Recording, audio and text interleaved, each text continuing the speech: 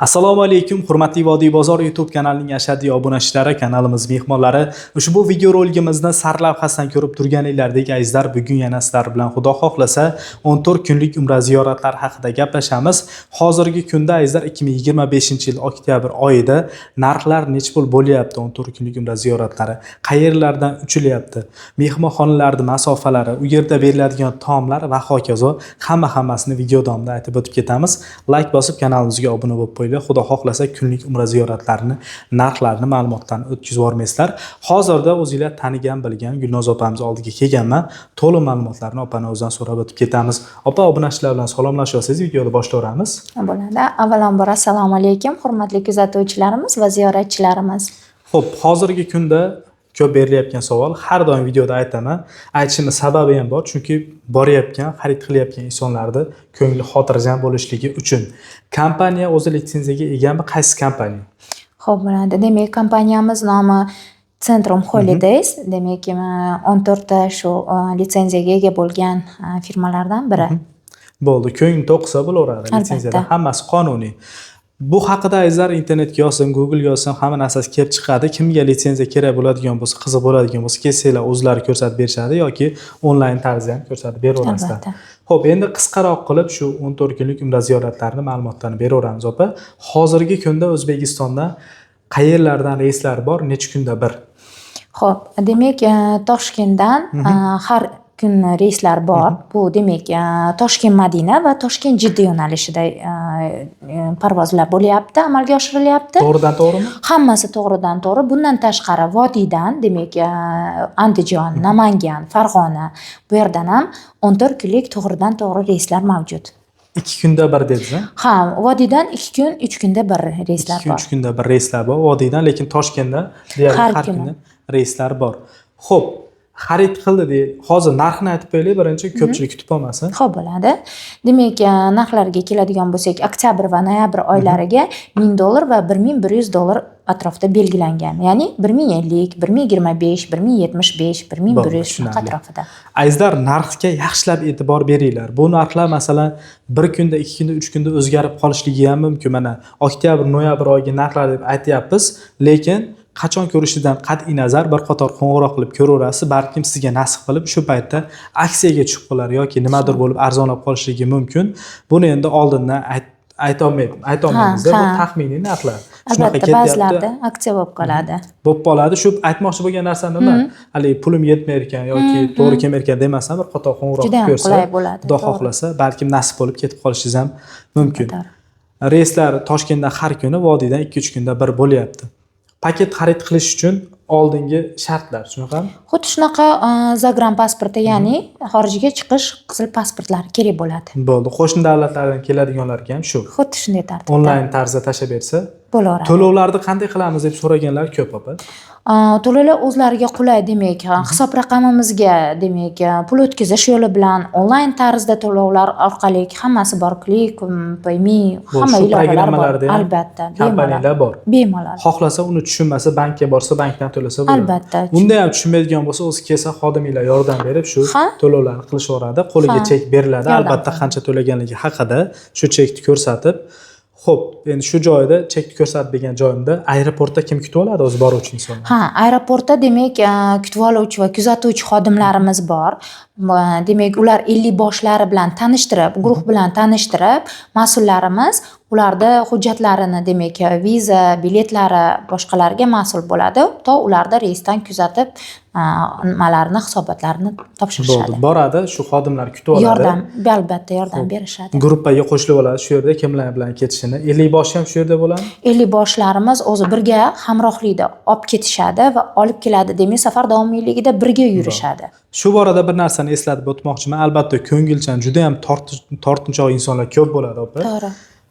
Uyatmasdan bilmagan narsangizni 50 boshdan so'rab, o'rganib, albatta, imkon qadar hali ibodatlaringiz to'liq qilib kelganingiz, endi bu maslahat, aqllilik qilish emas, bu narsa maslahat azizlar. 50 boshlardan bilmagan narsalar so'ranglar, chunki o'zingizlar mana doim videolarda aytasizlar, 2-3 ta. To'g'ri. Nima desam, 2-3 ta odam bilan ishlaymiz, men doim o'zingizlar aytasizlar.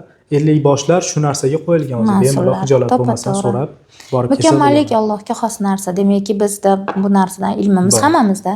Xo'p bo'ladi. Hozir endi paket xarid qilib Toshkentdan kelib to'g'ridan to'g'ri Madinaga yoki Jiddaga qo'ndi.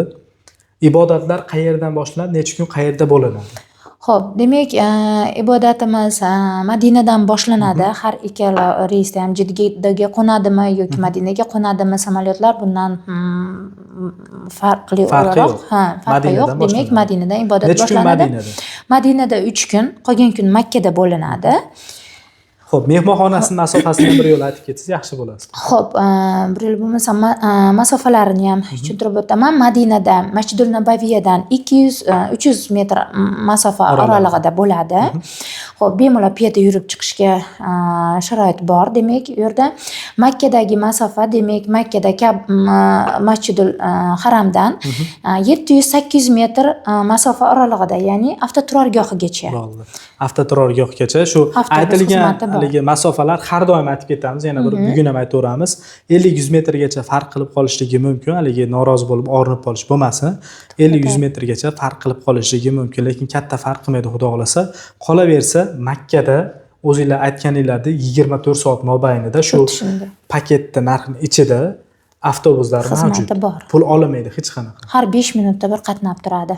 Bo'ldi, tushunarli. 24 soat mobaynida bu degani bemalol xohlagan payt chiqib, endi albatta qo'yilganligi nimasi bo'ladi-yu, mana u paytda uchadi, bu paytda yuradi degan. Shunga qarab 5 minut 10 minut oralida borib kelsangiz bo'laveradi.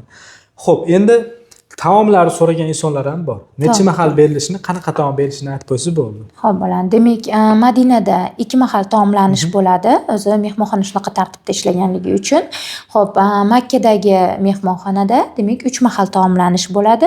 Har ikkala joyda o'zbek milliy taomlari bilan taomlanishadi hojilarimiz. O'zi bilan bir yegulik olib olish shart emasmi O'zbekistonda? Shart emas. Uzoq masofaga sal qiylanadigan nima bo'lib qolsa, yo'l bosib borishlarini hisobga olgan holatda bir mahallik yeguligini olsa yetadi. Bo'ldi. Yana bir bor eslatib o'tamiz azizlar, o'zingizlar bilan yoki ota-onalarning kim bo'lishidan qat'iy nazar bir qator eslatib qo'yasizlar. O'zi doimiy iste'mol qiladigan tabletka dorilari bo'lsa, o'zini yonida rushnoyiga sovib olishni tavsiya qilamiz. Endi uylardan ham topsa bo'ladi, lekin ovoragarchilikda kerak yo'q. Masalan, u bilan bir xil topolmasligi ham mumkin. Topgan taqdirda ham ovoragarchilik kerak yo'q.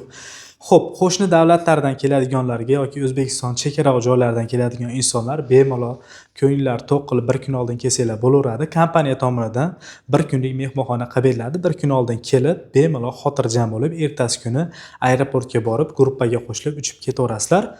Xo'p, endi ko'pchilik kelsa, oilaviy kelsa, 4 kishi, 5 kishi, balkim 10 kishi kelar. Nimadir skidka qilib berasizlarmi? Oilaviylarga albatta chegirmalarimiz mavjud. Chegirmalar endi yaxshiroq chegirma qilib bersanglar, biz ham xursand bo'lgan bo'lasizlar. Xo'p, azizlar, mana to'liq ma'lumotlarni qo'ldan kelgancha berdik. Endi biz bermagan ma'lumotlar baribir ko'p. Haligi to'liq noldan ma'lumot beradigan bo'lsak, videomiz yana ham cho'zilib ketaveradi. Qanaqa savolingiz bo'lishidan qat'iy nazar bemalol ekranda ko'rib turgan raqamlarga murojaat qilaverasizlar. Opa, endi siz tavsiyangiz bormi obunachilarga, kuzatuvchilarga? Xo'p, endi tavsiyam albatta biz e'tibor bermagan javoblarimiz bo'lgan bo'lsa, biz bilan bog'lanib, qo'ng'iroq qilib, bemalol tortinmasdan shu savollarga javob olsa yaxshi bo'lardi. Bo'ldi, tushunarli. Aytmoqchi bo'lgan narsangizni tushundim. Azizlar, biz aytmagan ma'lumotlar bo'lsa, masalan, bugun borasizmi, ertaga bir oydan keyin bemalol ekranda ko'rib turgan raqam, opa nomini ham qo'yamiz. Ayol kishi bo'lsa ham haligi tortmasin, qo'ng'iroq qilsin deyapman. Bemalol qo'ng'iroq qilib, to'liq ma'lumotlarni olaverasizlar. Kanalimizga obuna bo'lib qo'ysanglar, xudo xohlasa kunlik umra ziyoratlari narxlarini, ma'lumotlarini chiqarib boramiz. Like bosib, yaqinlarga ulashib qo'yinglar. Kommentariyada albatta fikringlarni yozib qoldiringlar. Kelgusi videoda obunachilar nima yozib qoldirsa, sizga o'sha savollarni yetkazib beraman. Hammaga omad azizlar, sog' bo'linglar, salomat bo'linglar. Salomat bo'linglar.